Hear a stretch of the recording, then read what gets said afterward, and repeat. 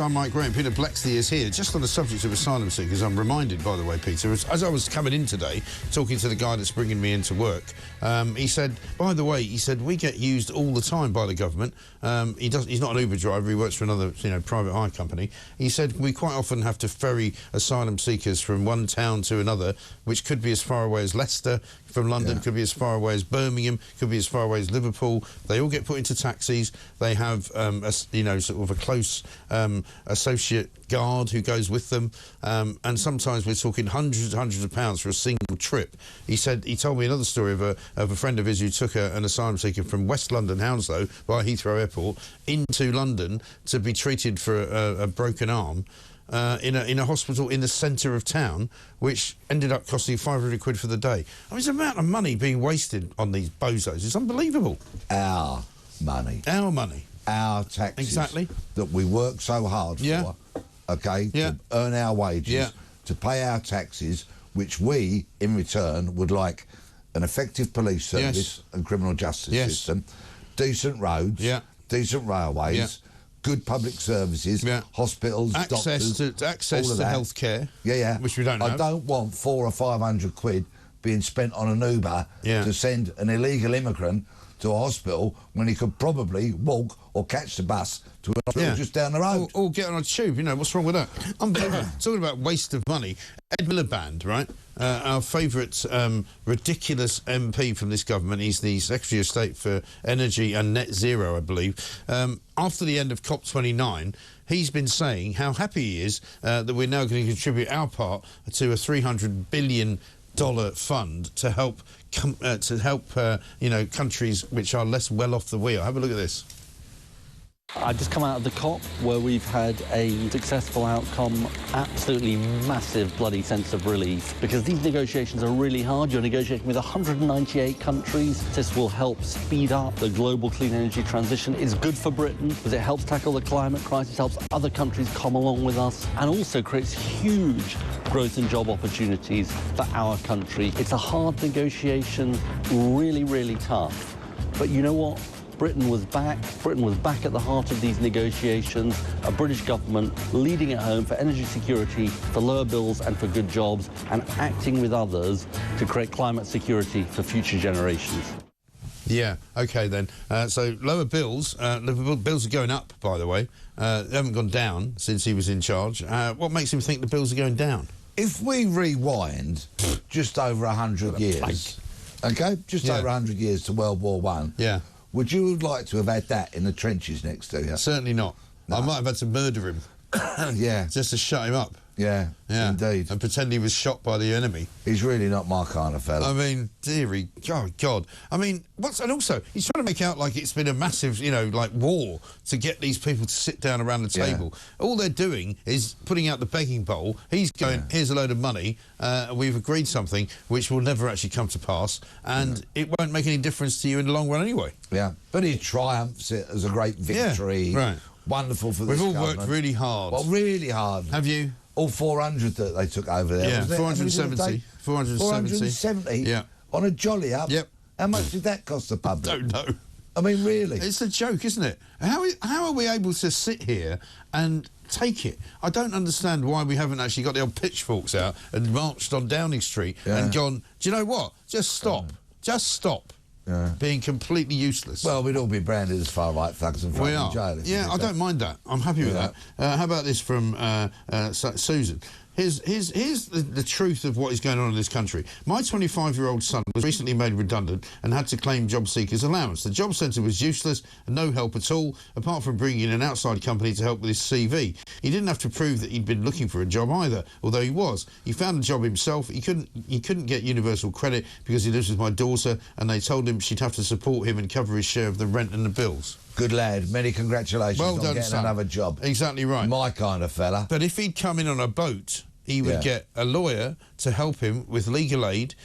He would not have to worry about the job centre because he doesn't need a job, because he's given free money, he's given free accommodation, and he's now given, by Sadiq Khan, the ability to travel around on London transport for free. And if he fancied putting his feet up in his 4-star hotel room whilst watching a bit of cable TV, no doubt, he'd be free to do that as well. Unbelievable, isn't it? But he didn't. He went and got another job, Mike. He's one of us. He's a grafter. He is. I love the fella already. Exactly right. Sean in Norfolk says, as an Englishman, Mike, how long do you think before I can claim asylum in the UK? Great show. Maybe that's what we should all do. We should go, can I claim asylum, please? I quite fancy a couple of nights in the old Premier Inn in Birmingham. I'll get the free cocktail. I'll get the free breakfast. I'll be able to wander around the town during the course of the day without fear or favour. Nobody's going to interfere with me. It'll be great. Absolutely so if we all jump in a dinghy at Folkestone... Yeah. Head out to sea a couple of miles. Yeah. And then rock in. And then, well, no, the R and I will pick you up and go, you know, we're going to rescue you, even though you don't need rescuing. You'll be going, yeah, no, actually, you're just going out for the day. No, we'll drag you in. It is ridiculous, though, isn't it? Yeah. We've now got ourselves into this situation where the real world has disappeared and we are now in a kind of twilight zone like we're about to discuss with the Supreme Court. There's a case before the Supreme Court today, page 26 of the Daily Mail, where they're going to attempt to define what a woman is. Please, I can do that. Please, Why do you have to go to court? When it comes to the whole transgender debate, I often switch off, turn away, don't listen. Yeah. This story, I'm sure you and I can explain in terms... What is a woman? Which we'll all understand and appreciate. Right. It would have been helpful if they put a picture of a woman, wouldn't it? But it's important, this story, Mike. Yeah, it is. It's important. It's going to the Supreme Court today. Yes. And actually, this case has been brought by a group who want to protect women's rights, essentially. OK. And what the Supreme Court... So that's probably a good thing. Yeah. So what the Supreme Court are going to rule on, today, or certainly this week, is... Does somebody who was born a man, has had their wedding tackle chopped off, maybe gone to Harley Street and got themselves a pair of breasts for a few grand, and consequently got a full gender recognition certificate, right? That says, OK... Because that's completely normal. What their that's fine if you want to do that. Right? Yeah, that's a good idea. Is that person... a woman. Yeah. And that's what the Supreme Court is going to rule on today. OK. Right? And it's But what important. if you haven't... Well, hang on. What if you haven't done any of that and you just go, I'm now a woman? No, but then clearly you're not. Like that bloke, India, what's-her-face? Yeah. Well, then you're not, are you? Not a woman, are you? No, you're clearly not. You're just a dick. Playing at No, sorry, I can't say that. Or you feel that you are one, so you're acting like one and dressing like one. Might as well say I'm a giraffe. Like one, but you're not one. I'm a giraffe. Yeah. My neck's not as long as a giraffe, but, you know, I'm identifying as one. It's made of brass, though. Yeah, it is. Right. Very good. The Scottish Government, which is contesting the case... Yes. Right, because the Scottish Government doesn't know what a woman is, insists the term woman includes, a person issued with a full GRC... Gender Recognition Certificate. ...in the acquired gender of female. So the Scottish Government is basically saying, if you've got a certificate that says you're a woman, you're a woman. But the Supreme Court is going to rule on it. If you haven't got... Yeah, but hang on. Surely there are easier ways of telling if you're a woman. For example, do you have a vagina? Yes. Right? Yes. If you don't, you're not a woman. Well, but there are surgeries, you see. There are surgeries that can create how did we get here? How did we get organs. Here? Not fully functioning ones, but anyway.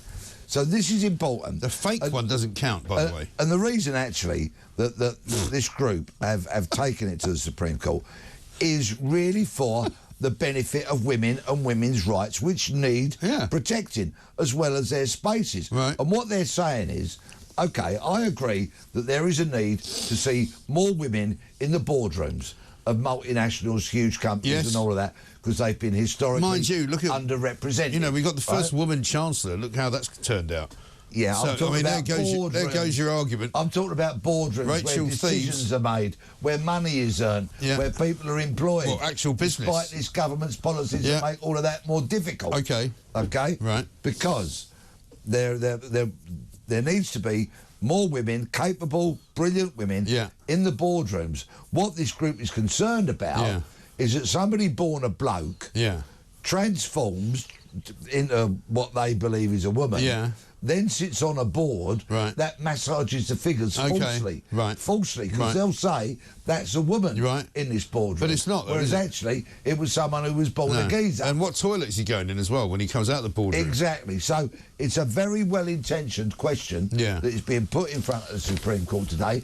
Let's just hope there is some sanity, which Lord Hanson, Labour government minister, appears to be lacking in. Oh, yes. A bit of sanity. This is another twist on the story, isn't it? Yes, it certainly is, because he believes that transgender police officers, should be supported in their desire to strip search women. Why do they want to do that? Well, it's just would that not suggest to you that they may have transitioned in order to do some nefarious activities? And if policing can't get a grip on it, and the government can't get a grip on it... So at the moment, a transgender police officer who was a man, who now says he's a woman, is allowed to strip search women? According to British Transport Police... With the gloves and everything? Who have just sanctioned that. That's ridiculous. OK? British Transport Police, led by the Wokerati Commander-in-Chief, Lucy Dorsey, who's their Chief Constable, who sanctions this kind of nonsense. Is she a real woman or what? How insulting, how dangerous for women who get arrested and then are subjected to strip searches. Anybody with or currently or formerly had a lower appendage of the male gender should not be strip searching women prisoners. No. Ever. Of course not. How about this from Anna in Surrey? I love you, Mike, but every day I go to work really angry after listening to you. Please stand for election. At least all this anger would be eventually channeled. Look, I'm sorry, Anne, that I'm making you angry. I get angry as well, but then I end up just having to laugh about it. Let's get a voice note from Steve. Steve from Barnsley. Morning, Mike. Gender certificate sounds very intriguing. Just imagine in a few decades' time when the grandson is questioning the grandfather about his NVQ certificates on the wall and then comes across the gender one, asking what it is. Well, grandson, I used to be your grandma. Oh, dear. What is this world coming to? Oh, my God. It is ridiculous, isn't it? But this is where we are. There's a court case today, and I take your point. It's a very important one because it's actually for women. And Julie Dindell is writing in the Mail today, and she's a woman who's been previously investigated, by the way, for hate crime, non-crime hate crime by the police. She says, today our sex risks being obliterated. What the hell is going on? It's 6:37. Peter Blexley's here. We're going to try and find some news that doesn't annoy everyone